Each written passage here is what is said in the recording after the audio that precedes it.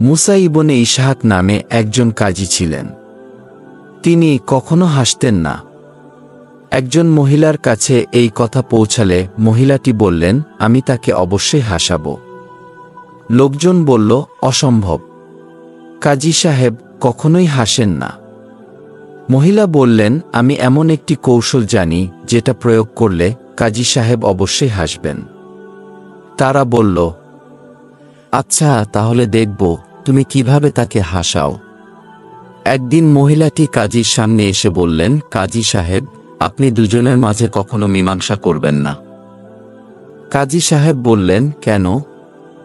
আমি কেন মীমাংসা করব না? মহিলা বললেন, কেন না? মহানবী সাল্লাল্লাহু আলাইহি ওয়াসাল্লাম হাদিসে বলেছেন, তোমরা যখন রাগান্বিত অবস্থায় থাকো তখন দুজনের মধ্যে মীমাংসা করতে যেও না। মহিলাটির বিচক্ষণতা দেখে এবার কাজী সাহেব অবাক হলেন। তিনি সবার সামনে হেসে দিলেন।